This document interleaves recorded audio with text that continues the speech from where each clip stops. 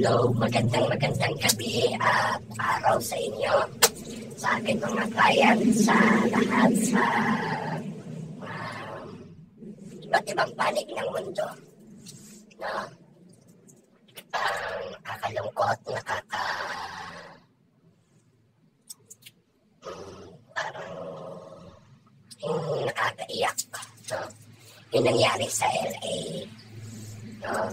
Share ko lang itong aking kaalaman tungkol doon sa pangyayari at saka sa LA, no? Kasi ang totoo niyan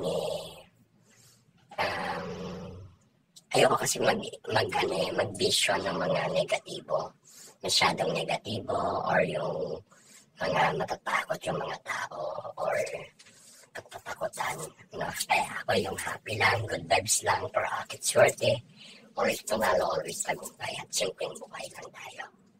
Pero no? Nakakalungkot yung Los Angeles, no? Kasi LA, alam mo kasi, marami kasi ako nakikita talaga doon na kaya parang masyado ng nakikipagkasundo sa devil, yun. Mga nakikipagkasundo sa devil para yumaman, para gaman yung pera, parang sinasamba nila kasi yung pera. Imbis na sa Diyos Ama, sa Panginoon Diyos kay Jesus Christ, din tayo magpapasalamat dapat. Sila, or yung mga tao doon, hindi naman lahat, pero karamihan doon na nakipagkasunduan sa devil or sa demonyo, yun yung mga nagtatagumpay, no? Nang masyadong may panlalait or mga di magandang sinasabi sa Diyos, no? Na sinasabi ng godless daw, no? At saka yung actually yung sinasabi nilang godless, is hindi maganda talaga yun, kasi naririnig tayo ni God, naririnig tayo, nakikita. Kasi ang dami talaga ako nakikita sa Los Angeles na mga tao doon na talagang gustong maging great successful sa lifestyle nila, no? Pero andun na sila, masaya, maganda, maraming kaganda mga sasakyan, magaganda yung mga bahay. Pero yung standard ng kanilang mga tinatayuan, hindi nila yun naisip, no? Hindi nila yun na feng shui. Kumbaga, hindi naman doubt ang tao, ha? Medyo, alam ko marami din naniniwala din sa mga feng shui, tsaka yung mas marami rin naniniwala sa mga feng shui. Kumbaga, yung iba hindi. Kaya, yung, lugar na yon ng LA na nasunugan, halos parang dagat, inferno na yung naging dating ng kanilang apoy doon sa buong, grabe, laki ng dami, nakakatakot kasi parang na siyang actually kasi marami kasi dyan talaga na mas nananalig sila sa bigay ng demonyo o sa devil kasi dyan marami talagang mga nakikipagkasunduan, lalo na yung mga sugal, gambling, andyan lahat yung mga gawa ni Satanas. Yan. Kaya nakakalimot yung iba sa Diyos at hindi na nila nararamdaman yung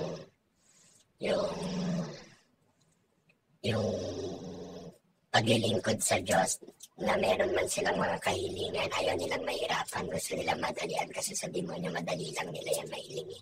Pag demonyo ay nilapitan mo. Pero may kasunduan yan at may hangganan dahil ibibigay sa iyo ng demonyo lahat ng kahilingan mo. Pero pag ginusto niya at naloko ka niya, ginusto niya na kunin lahat yan, ma-wash out yan. So, hindi mo yan madadala. Hindi mo yan makukuha lahat ng mga kayamanan mo o kahit anong magagandang napundar mo o magagandang ari-arian mo. Lahat ng yan mawawala, no? At dyan naman papasok yung leksyon. No?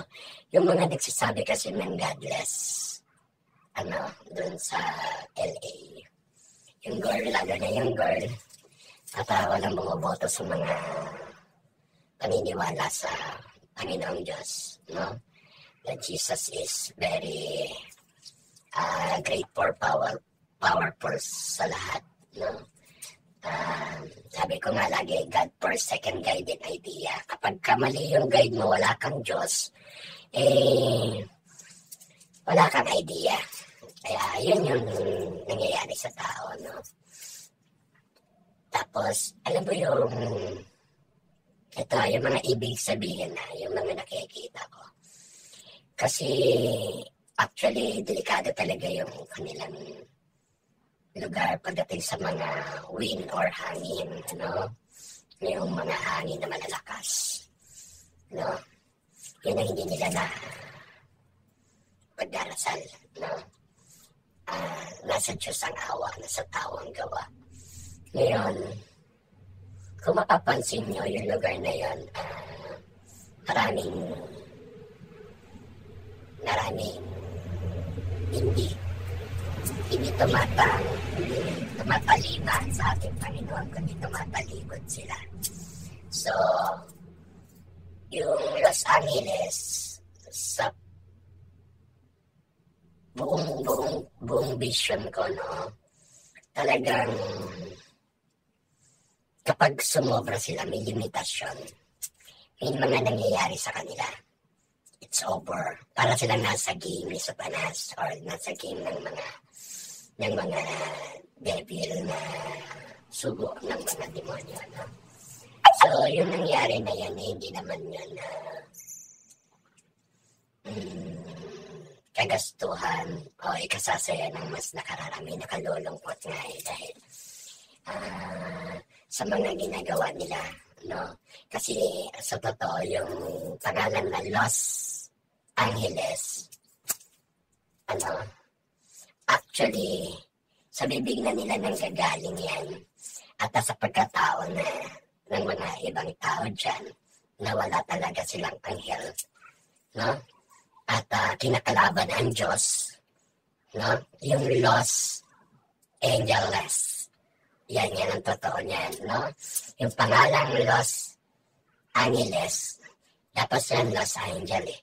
Yan yung the Angel of Queen. The Angel of Queen ang ibig sabihin yan. Pero,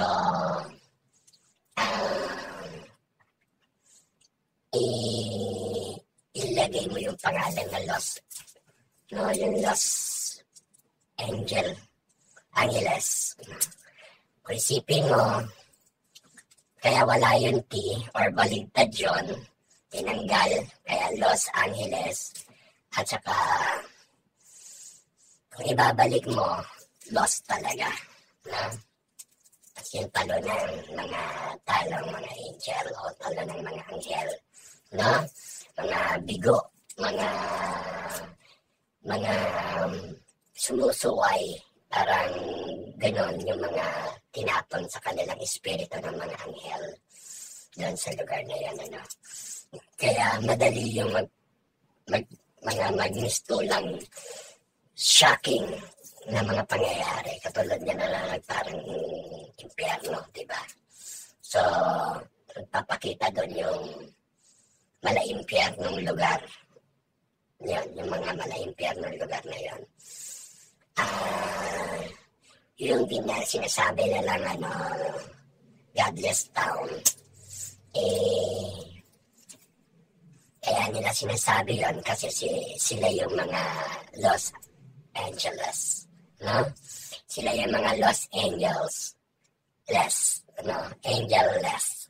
Kung meron silang sinasabi na godless, sila yung angel-less, Kaya, ganyan yung mga idea nila.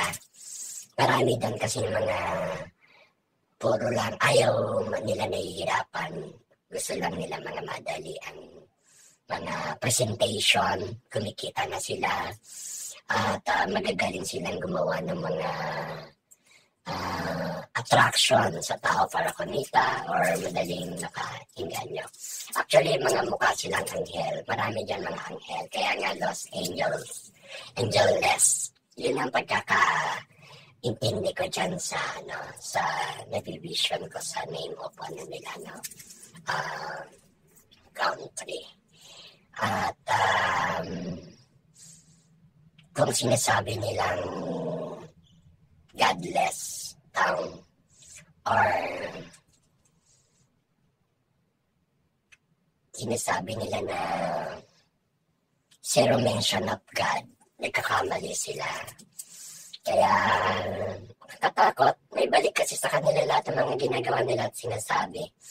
Para sa akin kasi, yung nangyari na yun, sa nakita ko, sobrang marami na talagang masamang tao dyan. Alam nyo kasi kung saan mas marami ang masama na o sumasama na lugar. Masama na yung mga nagtitipon-tipon, lumalakas-lakas na yung mga masasama. So, may laban yan, may labanan. Kumbaga, pag ang demonyo, marami ng taong ginamit para maging masama at sumobra-sobra na, Diyos na talaga ang magpapaalala upang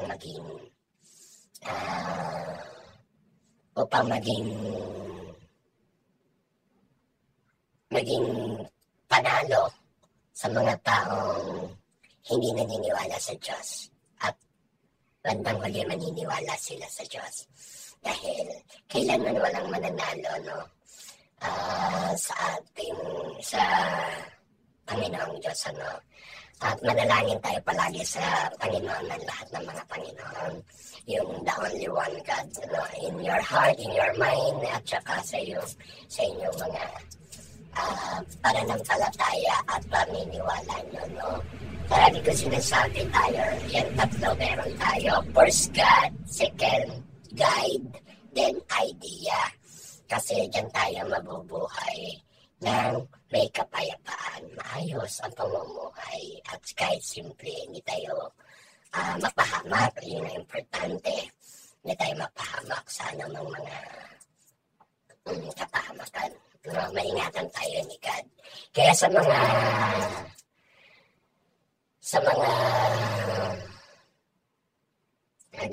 mga tao na nakapagbigay ng vlog dyan sa ibang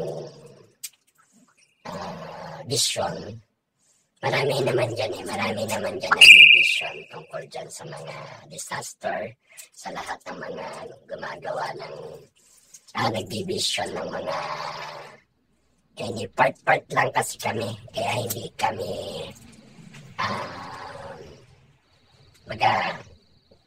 hindi mo mission, may nagmi-mission. At saka ako naman kasi all for one for all ako. Nakikita ko naman din yan lahat, nalalaman ko, na bivision ko, nadidetect ko, at nararamdaman ko. Pero may limitasyon kasi lahat ng mga sinasabi ko. Hindi ko pwedeng sabihin agad or hindi ko pwedeng sabihin ng direkta. Maaari kasi ito ay magkaroon ng impact sa isip ng tao. Kaya hanggat maaari iniiwasan natin at hanggat maaari kayo mismo ang makakapulot ng ikabubuo ng inyong nakikita or ng ibubuo ng sangkap ng mga history o tinatawag natin na mga hinahanap nyo kasagutan. Pero nandyan yan sa mga sinasabi ko. Kaya lahat ng mga sinasabi ko, nakakatotoo yan. Hinihintay ko lang palagi yan. Lahat yan nangyayari, lalo na ngayon. 2025. May gapangan. Kaya lagi ko sinasabi sa inyo, tandaan nyo, kapag sinabi nila ang year, kung anong year ang nasa sakupan ng taon na yon, Bawa, Year of the Dragon, Year of the Snake. Actually, parehas lang din yan kasi mahaba. Yung Year of the Dragon, yan talaga. Sinabi ko na yan sa ibang vlog ko na last. Iiwan ang mga dragon na parang mga sinunog or tinatawag natin na kaguluhan o nagulo na parang disaster yung datingan. No? Sinabi ko yan sila. Pero ayaw ko naman talagang mention pa sa inyo ng ulit-ulit. No? Kasi alam ko hindi nyo maiintindihan ng bonggang-bongga yung mga sinasabi ko. Kailangan nyo lang talagang unawain at nindihin ng hinahinay kung hindi nyo maintindihan ng mabilisan, no?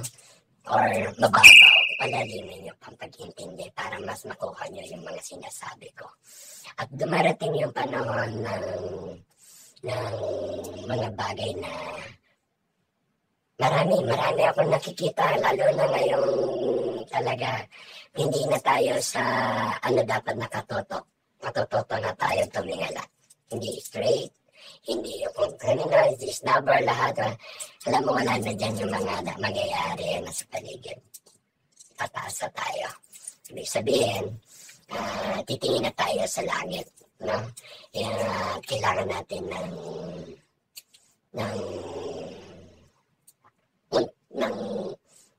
multiple o multi-prayer, no? Na kailangan hard prayer tayo sa lahat ng maging aware tayo sa mga huwag tayo basta-basta rin manghusga, huwag tayo basta-basta ibigyan natin ng meaning or kahulugan lamang at magkaroon tayo ng paniniwala. Kasi yun nangyari talaga sa LA, yun nakatadhana na. Actually, nakatadhana lang. Mas napaaga lang dahil maras tumimbang na yung bigat ng maraming makasalanan doon. Pagka ganoon kasi nakukuha na imbes na 50-50, mayroong mga bagay-bagay na mas tumimbang sa mata ng Diyos at sa naririnig at sa nararamdaman. Kaya sa totoo, lagi natin dapat kasama si God sa puso, sa isip, bawat oras, bawat minuto, ano man ang mangyari sa atin. Pabayan natin ating buhay. Hindi tayo niyang pababayaan at palagi tayong bibigyan ng ano man ang mga pangangailangan natin sa buhay. Kaya marunong dapat tayo makontento at higit sa lahat, maniwala tayo sa mga magagandang plano ni God. Maraming salamat po. Thank you po. At kasi nagchat-chat na yung mga client ko kasi nagsingit lang ako ng konting chika-chika natin at saka konting bigay doon sa sinasabi ko magkaroon ako ng short video man lang para may upload ko rin pa. Ayan, thank you very much sa mga kaipanig ng mundo. Mag-ingat po kayo. Maraming salamat sa ating mga clients sa iba't ibang bansa. OFW, thank you very much. Kung gusto niyo po akong makausap, kung gusto niyo po akong kung gusto niyo akong matry or magpa-line up kayo, just hanapin niyo lang po yung Chapa de la Cruz sa FB ko at Madam Bertod sa page po.